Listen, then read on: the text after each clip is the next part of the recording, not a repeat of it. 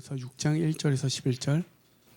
그리스도인은 그리스도와 함께 죽고 함께 산다. 그러면 우리가 무엇이라 말을 해야 하겠습니까? 은혜를 더하게 하려고 여전히 죄 가운데 머물러 있어야 하겠습니까? 그럴 수 없습니다.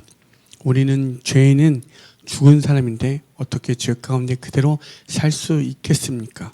세례를 받아 그리스도와 예수와 하나가 된 우리는 모든 세례를 받을 때에 그와 함께 죽었다는 것을 여러분은 알지 못합니까?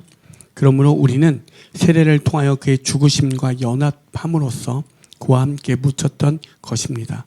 그것은 그리스도께서 아버지의 영광으로 말미암아 죽은 사람들 가운데서 살아나시는 것과 같이 우리도 또한 새 생명 안에서 살아나기 위함입니다.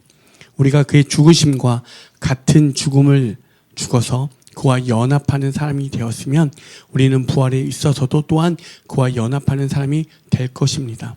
우리의 옛사람이 그리스도와 함께 십자가에 달려 죽은 것은 죄의 몸을 멸하여서 우리가 다시는 죄의 노예가 되지 않게 하려는 것임을 우리는 압니다. 죽은 사람은 이미 죄의 세력에서 해방되었습니다. 우리가 그리스도와 함께 죽었으면 그와 함께 우리 또한 살아날 것임을 믿습니다. 우리가 알기로 그리스도께서는 죽은 사람들 가운데서 살아나셔서 다시는 죽지 않으시며 다시는 죽음이 그를 지배하지 못합니다. 그리스도께서 죽으신 죽음은 죄에 대해서 단번에 죽으신 것이요 그분이 사시는 것은 하나님을 위하여 사시는 것입니다. 이와 같이 여러분도 죄에 대해서는 죽은 사람이요 하나님을 위해서는 그리스도 예수 안에서 살고 있는 사람이라는 것을 알아야 합니다. 아멘. 여러분, 우리가 신앙생활을 하게 되면 가장 교회에서 많이 이야기하는 것 중에 여러분 이런 용어 들어본 적 있습니까? 이신칭의 의인은 믿음으로 말미암아 살리라라는 말이 있습니다. 그렇죠? 성도는 하나님을 믿는 믿음 안에서 사는 것, 곧 내가 믿음으로 살 때 하나님이 우리를 의롭다 여겨주시는 그 삶. 그러니까 어떤 것 도덕 윤리적으로 우리가 착하게 살아서 의로운 삶이 아니라 하나님이 우리를 의롭다 여겨주는 그 삶이 뭐요? 오늘 말하는 것은 이신칭이라고 이야기합니다. 그래서 성도는 날마다 우리가 이야기하듯이 의인은 믿음으로 말미암아 산다라고 이야기하게 되죠. 근데 여러분 생각해 보십시오. 성도는 믿음으로 말미암아 의롭다 여김을 받는 것, 곧 하나님의 은혜, 전적인 하나님 은혜로만 사는 게 우리에게 의인된 삶이고 그것이 올바른 삶이라고 이야기하다 보면 우리의 종교적인 삶이 어떻습니까? 아 그래 그러면 어떻게 믿어도 하나님을 믿으면 되니 그렇게 열심히 안 해도 되겠구나라는 생각이 들지 않습니까? 그리고 좀 세상에 좋은 쾌락과 이 좋은 게 이렇게 많은데 좀 누리다 살다가 죽을 때 하나님 믿고 가면 되는 거 아닙니까? 라는 생각이 들지 않습니까? 그렇죠? 아 예수님께서 알아서 하나님께서 알아서 우리를 인도해 주신다 하니 그러면 내가 좀 편하게 믿고 살면 되는 거 아니야? 라고 이야기하게 되죠. 그게 오늘 있는 이 말씀의 5장 20절에 우리에게 그렇게 이야기했습니다. 율법은 범죄를 증가시키려고 끼어 들어온 것입니다. 그러나 죄가 많은 것에 은혜가 더욱 넘치게 되었습니다. 잘 먹고 잘 살자 이거예요. 그냥 막 살아도 하나님께서 어차피 우리를 은혜 가운데 인도해 주시니까.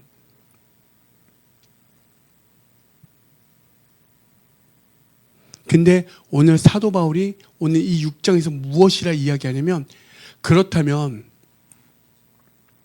그리스도인은 그리스도와 함께 죽고 함께 산다. 그러면 우리가 무엇이라고 말을 해야 하겠습니까? 은혜를 더하게 하려고 여전히 죄 가운데 머물러 있어야 하겠습니까? 죄가 넘쳐나는 곳에 은혜가 더한다라고 이야기하니까 그럼 죄 가운데 빠져 있자 이거예요. 이런 식의 논리로 그들이 이야기할 때 그러면 하나님의 은혜를 경험한 너희들이 그 은혜를 알았는데 죄 가운데 머물 수 있겠냐? 라고 바로 반문하며 사도 바울이 우리에게 이야기하죠. 사도 바울이 그렇게 이야기하면서 오늘 6장 6절에 이렇게 이야기합니다. 우리의 옛사람이 그리스도와 함께 십자가에 달려 죽은 것은 죄의 몸을 멸하여서 우리가 다시는 죄의 노예가 되지 않게 하려는 것임을 우리는 압니다. 하나님의 은혜를 진짜 알고 깨달으면 어떠한 자리로 돌아가지 않는 것, 그 죄의 자리로 들어가지 않는 것을 이야기합니다. 하나님의 은혜가 우리 가운데 진짜 있으면 와 무언가 좋아지고 이 모든 것이 아니라 진짜 그 진리 대신 예수 그리스도를 알게 되면 하나님이 아닌 모든 것들에 대해서 그것으로부터 멀리하게 된다라고 오늘 성경은 이야기합니다.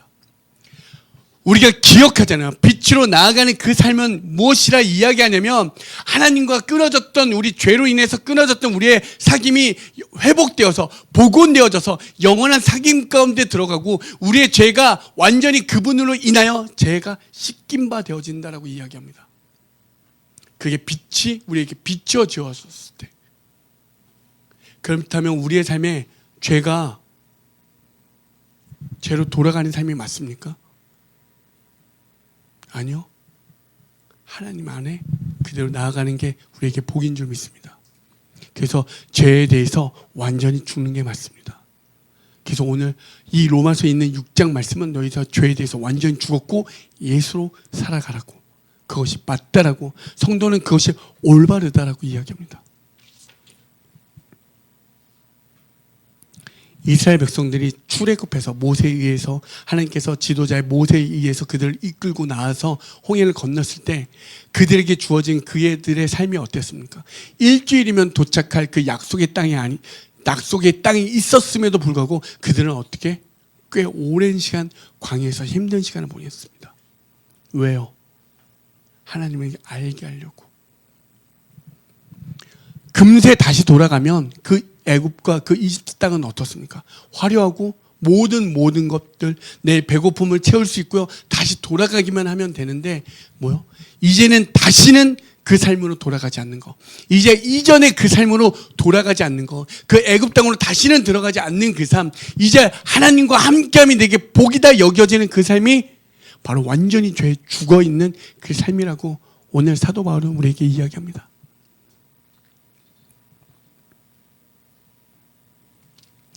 요한복음 8장 10절에서 11절에 보면 예수께서 몸을 일으키시고 여자에게 말씀하셨다. 여자여, 사람들은 어디에 있느냐? 너를 정죄한 사람이 한 사람도 없느냐? 여자가 대답하였다. 주님, 한 사람도 없습니다. 예수께서 말씀하셨다. 나도 너를 정죄하지 않는다. 가서 이제부터 다시는 죄를 짓지 말아라.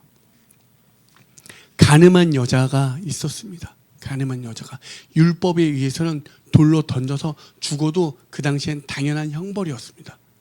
그때 예수님께서 그들을 향해서 죄 없는 사람은 그 가늠한 여자를 치라고 이야기합니다. 근데 우리 안에 죄가 없습니까? 다 있죠. 다 떠났습니다. 그리고 예수님께서 나도 너를 정죄하지 않겠다라고 이야기합니다. 그리고 그 뒤에 이제는 다시는 죄를 짓지 말라라고 이야기합니다. 여러분, 어제까지 우리의 죄, 우리의 무너졌던 모든 것들에 대해서 예수님은 나도 너에게 묻지 않겠다라고 이야기합니다.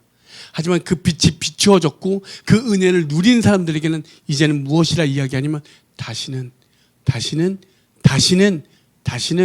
죄를 짓지 말라라고 우리에게 말씀하고 있습니다.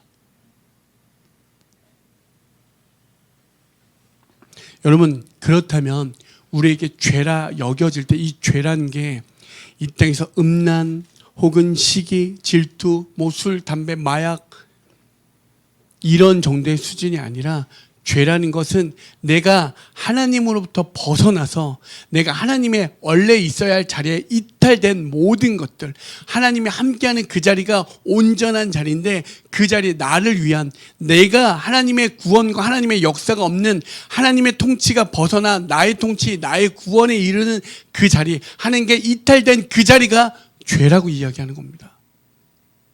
그래서 하나님보다 더 사랑하는 모든 것들이 성경에서 무엇이라 이야기하냐면 그것을 죄라고 이야기합니다. 원래의 목적대로, 오늘 기도처럼 원래 하나님의 형상대로 창조된 그 자리가 온전한 자리, 그 자리로 돌아가는 것, 그것을 우리에게 이야기하는 거죠. 이럴 수 있잖아요. 내가 사랑하는 사람은 내가 사랑하는데 뭐가 문제입니까? 제가 내 사랑하는 사람을 위해서 이렇게 최선을 다하는 거? 여러분, 그 안에는 죄가 없을 것 같습니까? 성경적으로 이야기하면? 아니요. 그 안에도 그 내가 사랑하는 그 이가 하나님보다 높을 때 그것을 무엇이라 이야기하는 줄 아십니까? 그것을 죄라고 이야기합니다. 그러면 하나님은 왜 이렇게 이기적이야 라고 여러분 여겨질 수 있잖아요. 하나님은 왜 이렇게 이기적이야. 근데 진짜 하나님의 하나님 되심을 아는 이들의 삶을 한번 보십시오. 돌에 맞아 죽는 한이 있더라도 그들을 용서하는 삶, 그들을 위해서 하나님께 중보하는 삶으로 들어갑니다. 어떤 이 차원, 이런 차원이 완전히 다른 세계의 차원, 흔히 말해서 뭐요? 신계에 있는 삶이 되는 거죠. 우리는 이 땅의 인간의 어떤 질서와 안녕에 이에 맞춰서 가는 그 삶이 아니라 하나님의 그 질서, 하나님의 형상, 그 질서 가운데 나아가는 삶이 우리 성도 하나님의 자녀인 줄 믿습니다. 그렇다면 여러분 어떤 고민이 듭니까? 죄로 짓지 말라고 이야기하고, 아 맞아, 하나님 저 진짜 죄 안 짓고 싶습니다, 하나님 뜻대로 살고 싶습니다 라고 이야기하지만 여러분 우리 안에 죄가 없습니까? 죄를 짓는데 죄를 짓잖아요. 반드시 죄로 돌아가지 않고 하나님 안에 그 삶, 믿음으로 말미암아 사는 삶이 거룩한 삶, 거듭난 삶이라고 이야기하는데 여전히 우리 안에 그 죄를 끊어내지 못하는 우리 죄의 수도 없이 반복되어짐이 있잖아요. 그러면 이렇게 질문하겠죠. 저는 거듭나지 못합니까? 라는 질문이 되잖아요. 오늘 말씀을 통해서 우리가 꼭 기억해야 되는 건 우리가 은혜를 핑계로 죄와의 싸움을 피하는 태도도 죄에 대해 죽은 게 아닙니다.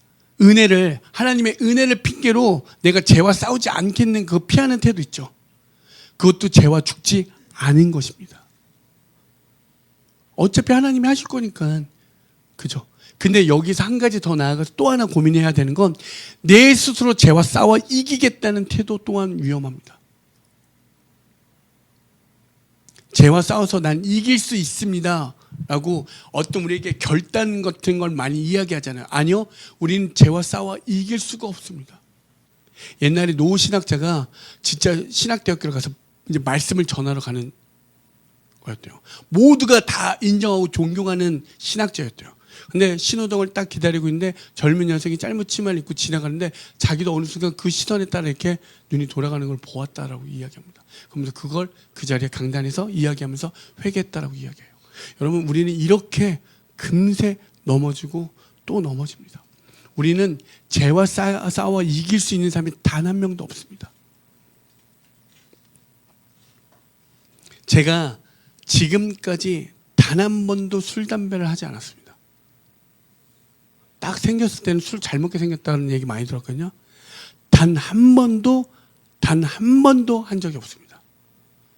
여러분 단 한 번도 타협하지 않고 단 한 번도 이랬으니 대단해 보이고 그럴 수 있겠지만 저는 제 자신을 압니다. 당장에 내일이라도 내가 무너질 수 있다는 사실을. 여러분 당장에 누군가가 나에게 칼을 들이대요. 술 먹어라 이렇게 하면 제가 과연 거기서 나는 안 먹습니다 라고 이야기할 수 있을까요? 아니요. 저는 당장에 내일이라도 무너질 수 있다는 걸 너무나도 잘 알고 있습니다. 여러분 다시 한번 제가 말씀드리는 건 오늘의 우리가 두 가지를 기억해야 되는 건 은혜를 가지고 그것을 핑계를 삼아서 죄와 싸우지 않는 태도도 죄 죽지 아니한 것입니다. 그런데 또 나아가서 내가 내 스스로 죄와 싸워 이길 수 있다? 아니요, 아무도 할 수 없습니다.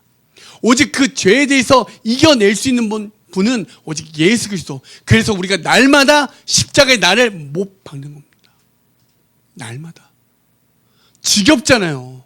왜 또 와서 말씀을 보고 또 월요일은 왜 아침마다 묵상을 하고 전화해서 왜 묵상 들어왔냐 안 들어왔냐. 왜냐하면 우리는 죄와 싸워 이길 수 없기 때문에.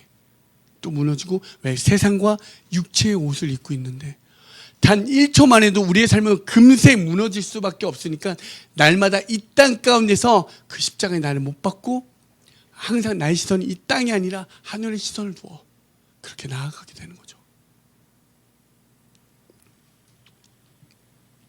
그랬던 삶이 어떻게 됩니까? 예전에 내가 나를 기쁘게 했던 육체의 습관들이 이제 이 육체와 성령이 충돌하게 되잖아요. 그렇죠? 그래서 우리가 또 무너질 때 하나님 용서해달라고 회개하고 나아가기도 하고 내가 예전까지 바로 어제까지 나에게 육체의 기쁨이었던 그런 모든 것들이 뭐요? 이제 거북스러워지잖아요. 불편해지고요. 힘들어지고요. 어제까지 그 기뻤던 모든 것들이 이제는 뭐요? 별로 나를 기쁘게 하지 못하는 걸 경험하게 됩니다. 그게 예수로 사는 삶입니다. 하나님으로부터 멀어진 모든 결핍에서 나오는 것들이 있잖아요. 그것이 나에게 기쁨이라고 우리는 여깁니다. 그게 하나님을 대신하는 줄 알고 열심히 최선을 다해보죠. 하지만 그 끝에 모든 것은 다 소멸되어져서 진짜인 것을 다시 여전히 물음표로 살아가게 됩니다. 근데 예수를 아는 이들, 진짜 예수로 살아가는 이들은 예수밖에 없음을 알아. 때론 내가 기뻐하지 못하는 순간에도, 때론 광야 같은 순간에도, 때론 죄에 늘 넘어질 수밖에 없는 삶에 임에도 불구하고 주님 당신밖에 없습니다 라고 고백되어지는 거죠. 오늘 11절에 보시면 이와 같이 여러분도 죄에 대해서는 죽은 사람이요 하나님을 위해서는 그리스도 예수 안에서 살고 있는 사람이라는 것을 알아야 합니다. 아멘. 오늘 사실 이 로마서라는 말씀이 매우 중요한 또한 권이기도 하고 모든 성도들에게 아주 필수적으로 꼭 읽어야 되는 말씀이기도 합니다. 근데 오늘 우리가 기억해야 되는 건 빛으로 살아갈 때 우리에게 하나님과 영원한 사귐과 우리의 죄를 씻김이 받는 것은 예수 그리스도임을 우리는 알게 되었습니다. 그렇다면 우리는 죄로 들어가지 않는 게 맞습니다. 하지만 우리는 죄에 또 무너지잖아요. 그래서 그 죄로 무너질 때마다 우리가 무너지지 않게 하기 위해서 발버둥 치는 삶으로 사는 거잖아요. 그게 불쌍해 보입니까? 아니요. 그것이 하나님이 의롭다 여겨주시는 거잖아요. 그것을 보고 의롭다 여겨주시는 거잖아요. 여러분, 우리는 예수 안에서, 그래서 갈라디아 2장 20절의 말씀이 우리의 말씀되어서 살아가길 소망합니다. 그 말씀대로 예수를 믿는 믿음 안에서 사는 삶, 그것이 은혜인 줄 믿습니다. 그렇게 예수로 살아갈 때 광야라도, 그 이집트를 나와 광야에 있을지라도 낮에는 구름 기둥, 밤에는 불 기둥 되시고 하늘의 만나를 먹으면서 그렇게 가는 그 삶이, 내일은 우리의 양식이 있을까 고민되는 그 삶이 여전히 우리에게 숙제로 남아 있을지라도 그것이 기쁨을 아멘이라 고백하며 나아가는 그 삶이 죄에 대한 죽고 예수로 살아가는 삶인 줄 믿습니다. 그 은혜가 우리 모두 가운데 있길 소망합니다. 그런데 여전히 그게 안 되는 이들이 있잖아요. 나는 아직 그 예수가 나에게 진리되지 않는다라고 여겨지시는 분들, 여러분, 그래서 기도할 때 딱 이렇게 세 가지만 놓고 기도하십시오. 첫 번째는 하나님 제가 왔습니다. 이렇게 할 필요도 없어요. 하나님, 도대체 나는 누굽니까? 이렇게 질문해 보십시오. 그걸 수많은 인문학 책들을 보십시오. 거기서 답이 없습니다. 그들이 갖고 있는 지식과 그들이 갖고 있는 게 공감되어지는 것도 많고 우리의 삶을 살아가는 데 유용되는 글귀들이 정말 있습니다. 그 책들이 이 땅을, 세상을 살아가는 어떤 지혜 방법에서 잘못됐다라고 이야기하는 게 아니라 본질적으로 우리에 대해서 정확하게 꿰뚫어 이야기할 수 있는 것은 우리가 예수가 우리 안에 비춰주어질 때 그것이 답이 되어진 줄 믿습니다. 그래서 여러분이 기도할 때 기도가 잘 안 된다, 왜 이렇게 기도가 안 될 때 다시 한번 나를 조명해 보십시오. 하나님, 나는 누굽니까? 나는 누굽니까? 그때 내가 살았던 모든 삶에 대해서 그것이 하나님이 성령이 우리에게 하나님이 비춰줄 때 진짜 나는 죄인이고 그 죄가 드러나 하나님, 나는 하나님의 은혜 없이는 살아갈 수 없는 존재임을 알게 되어집니다 라고 고백되어지죠. 그래서 심령이 가난한 자라고 이야기하고 애통하는 자라고 이야기합니다. 왜? 우리에게 슬픔과 탄식밖에 없어요. 와, 내가 할 수 있는 게 없구나. 그래서 여러분, 거기에 기도가 머물러 있으면 한없이 그 어떤 어둠과 암흑과 흑암으로 들어가게 돼요. 그래서 두 번째 꼭 기도해야 되는 것은 하나님, 당신은 누구십니까? 라고 기도해 보십시오. 하나님, 당신은 누구십니까? 다윗은 왜 도대체 그 광야에서도 주는 인자하시고 자비롭다 이야기하고 그렇게 어려움과 죽음을 목전 앞에 두고 있더라도 사도들은 왜 목숨을 다하여 그 복음을 전했는지, 그것은 그들의 어떤 의지, 그들의 어떤 결단, 그들이 대단한 힘을 갖고 있었던 것이 아니라 그들 안에 그 예수가 있고 그 성령이 있음으로 말미암아 그 죽음 넘어서의 행보가 그들 가운데 있었던 것처럼 여러분들 가운데 오늘 이 자리에 계신 분들 가운데 그 하나님이 어떠한 분인지 그냥 그 머릿속에 인지돼요. 하나님은 누구십니다라고 딱딱딱 나오는 게 아니라 나에게 온전히 그 성령에 비추어져서 하나님 죄로 인하여 죽을 수밖에 없는 나를 위하여 태초 이전부터 그 예수 그리스도의 어린 양의 피로 말미암아 나를 구원해 주시는 그런 분이시군요. 당신께 오는 모든 이들에게 당신의 피로 우리를 그렇게 세움받아요. 하나님 우리께 내어주시는 분이군요. 예수가 그런 분이군요. 그것이 깨달아지는 삶. 그러면 우리 안에 오늘의 찬양처럼 내 안에 사느니 나는 없군요. 내가 이제 죄에 죽고 예수와 함께 부활한 그 삶이군요.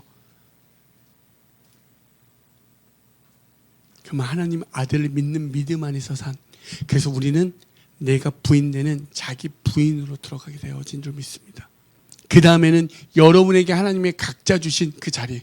세상은 크고 화려한 게 맞다라고 이야기하지만 아니요. 여러분이 있는 자리, 여러분이 내어줬던 그 한 번, 그 진짜 지나가는 사람, 아무것도 아닌 사람에게 내어줬던 그 한 번의 그 사랑이 내가 그를 친구로 삼아 주신다라고, 그것이 진짜 예수의 사랑이라고 하고 그것이 정말 예수를 믿는 것이라고 이야기한 것처럼 여러분이 이제 내가 어떻게 살 것입니까? 라는 그 질문으로 들어가게 될 것이고, 여러분 그 질문 가운데 하나님이 여러분에게 각자에게 주신 그 은사, 달란트대로 여러분 살아내는 것이 올바른 삶인 줄 믿습니다.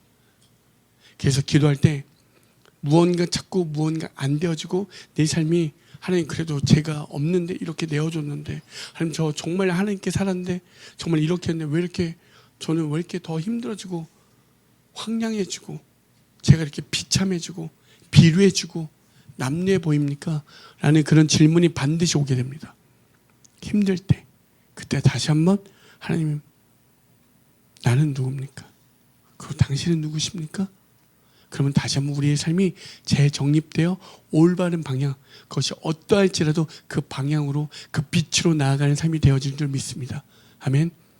여러분, 그래서 공동체가 필요한 이유는 무엇이냐면 당신의 그렇게 나와줬던 그 선행 한번, 그 손길 한 번이 틀리지 않다라고 말할 수 있는 그 증인의 삶이 필요하다는 사실입니다. 복음을 전하는 우린 증인되는 삶이잖아요. 그래서 그렇게 살아가는 삶이 세상의 저 바벨 때문에 내 삶이 부정당할 때, 아니요, 당신의 삶은 아닙니다. 증인의 삶을 살고 있는 게 맞습니다 라고 우리는 그 증인되는 게 맞잖아요. 여러분 그 증인의 삶을 살아냅시다. 죄에 완전히 죽고 우리가 그 죄에서 벗어날 수 없는 그런 우리들을 예수가 같이 죽으심으로 말미암아 완전히 우리는 죄에서 끊어주셨고 이제 우리가 그 예수 안에서 살아가는 그런 하나님의 자녀인 줄 믿습니다.